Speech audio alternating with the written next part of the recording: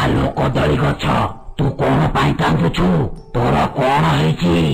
ମାଲିକେ ଦେଖନ୍ତୁ ନା, ଏ ଆମ୍ବ ଗଛ କେମିତି ମୋ ଉପରେ ଛାଇ କରୁଛି।